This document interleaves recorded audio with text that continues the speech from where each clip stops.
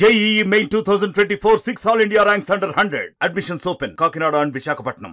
Aditya Junior Colleges. Kalyan ఘన విజయాన్ని సాధించారు.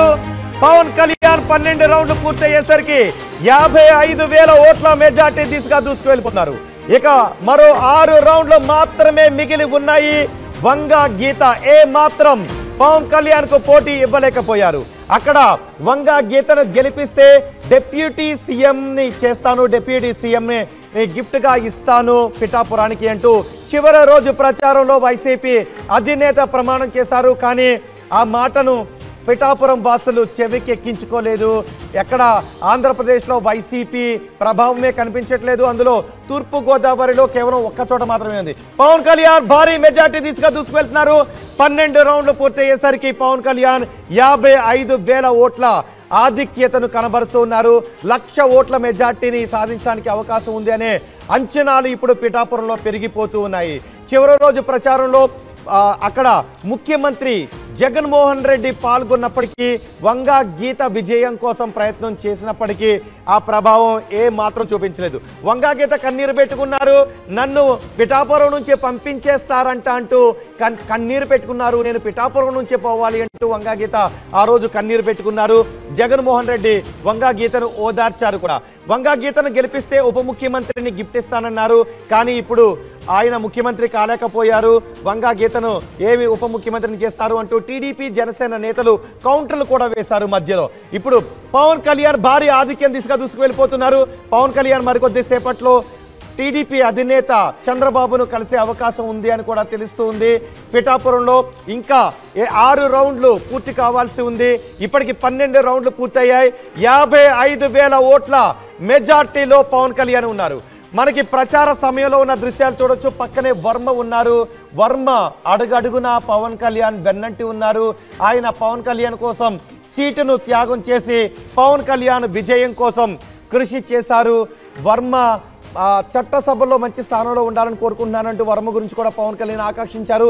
ఇప్పుడు పవన్ కళ్యాణ్ భారీ మెజార్టీ తీసుకు వర్మ కూడా అన్నారు 1,00,000 ఓట్ల మెజార్టీతో పవన్ కళ్యాణ్ గెలిపిస్తానని వర్మ అన్నారు. పిఠాపురం వాసులు దాన్ని నిజం చేసే దిశగా తమ తీర్పును రాశారు. 12 రౌండ్లు పూర్తయ్యేసరికి పిఠాపురంలో 55,000 ఓట్ల ఆధిక్యంలో ఉన్నారు. సుమారు ప్రతి రౌండ్కి కూడా 4,000కు తగ్గకుండా పవన్ కళ్యాణ్ మెజార్టీని నిరూపించుకుంటూ వెళ్ళారు. ఇంకా 6 రౌండ్లు పిఠాపురంలో ఉన్నాయి. పిఠాపురంలో పూర్తి రౌండ్లు కంప్లీట్ అయ్యేసరికి పవన్ కళ్యాణ్ 1,00,000 ఓట్ల దగ్గరగా మెజార్టీని సాధించే అవకాశాలు ఉన్నట్టుగా తెలుస్తోంది. అటు పిఠాపురంకి సంబంధించి ముద్రగడ పద్మనాభం నేను ముద్రగడ పద్మనాభ రెడ్డిగా పేరు మార్చుకుంటాను అంటూ శపథం కూడా చేశారు. పవన్ కళ్యాణ్ ఓడించి తీరుతాను అన్నారు. ఎటువంటి శపథాలు అక్కడ ఫలించలేదు. ఎటువంటి హామీలు అక్కడ ఫలితాన్ని ఇవ్వలేదు. వైసీపీ అధినేత హామీ అక్కడ ఫలితాన్ని ఇవ్వలేదు. ముద్రగడ పద్మనాభం శబదము ఫలించలేదు.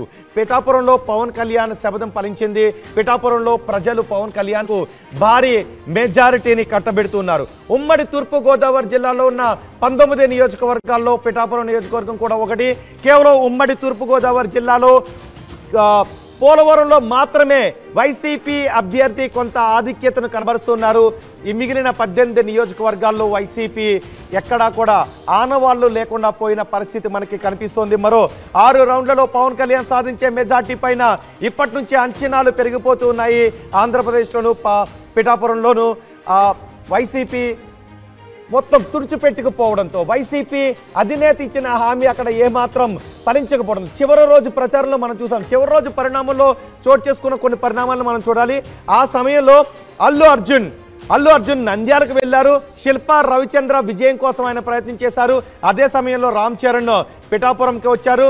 వైసీపీ అధినేత జగన్మోహన్ రెడ్డి కూడా పిఠాపురంలో ఉన్నారు. పిఠాపురంలో పవన్ కళ్యాణ్ని ఓడించడానికి వైసీపీ చాలా ప్రయత్నాలు చేసింది. అల్లు అర్జున్ పిఠాపురంకి కాకుండా నంద్యాలకు వెళ్లి వైసీపీ అభ్యర్థిని గెలిపించాలని కోరడంతో అల్లు అర్జున్ చాలా విమర్శలను కూడా ఎదుర్కోవాల్సి వచ్చింది. కానీ పిఠాపురం ప్రజలు చాలా స్పష్టమైన మెజార్టీని పవన్ కళ్యాణ్కు కట్టబెడుతున్నారు. 1,00,000 ఓట్ల మెజార్టీని కట్టబెడతామనే హామీని అక్కడ నిలబెట్టుకుంటున్నట్టుగానే మనకి సినారియో కనిపిస్తుంది. ఫలితాల సరళి చూస్తుంటే పవన్ కళ్యాణ్ 1,00,000 ఓట్లకు చేరువయ్యే అవకాశం కనిపిస్తుంది. మరో 6 రౌండ్లలో పిఠాపురంలో పవన్ కళ్యాణ్ భారీ విజయాన్ని సొంతం చేసుకుంటారు. 1,00,000 ఓట్ల దగ్గరగా మరికొద్దిసేపట్లోనే ఆ ఫలితం కూడా వెల్లడే అవకాశం మనకి కనిపిస్తుంది. ఇప్పటికే రాజానగరంలో జనసేన అభ్యర్థి బత్తుల బలరామకృష్ణ గెలిచారు. రాజాపై ఆయన విజయాన్ని సాధించారు. ఉమ్మడి తూర్పుగోదావరి జిల్లాలో జనసేన 5 చోట్ల నుంచి పోటీ చేసింది, బీజేపీ 1 చోట నుంచి పోటీ చేసింది. ఉమ్మడి తూర్పుగోదావరి జిల్లాలో ఇప్పటికే రాజానగరంలో జనసేన అభ్యర్థి బత్తుల బలరామకృష్ణ రాజాపై విజయాన్ని నమోదు చేసుకున్నారు. మరికొద్దిసేపట్లో పవన్ కళ్యాణ్ చంద్రబాబును కలవటానికి శుభాకాంక్షలు తెలియచేయటానికి ఆయన విజయవాడకు రాబోతున్నారు. ఇప్పటికే ప్రధాని మోదీ కూడా ఫోన్ చేసి మరి చంద్రబాబుకు శుభాకాంక్షలు తెలియజేశారు. ఇప్పటికే మనం చూసాం పిఠాపురంలో కొన్ని గుర్తు చేసుకోవాలి, నేను ఎమ్మెల్యే తాలూకు అంటూ చాలామంది తమ వెహికల్స్ నెంబర్ బోర్డులపై వేసుకుని మరీ తిరిగారు.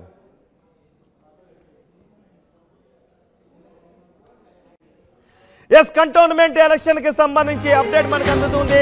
కంటోన్మెంట్ లో కాంగ్రెస్ అభ్యర్థి బీజేపీ నుంచి కాంగ్రెస్ లోకి వచ్చారు.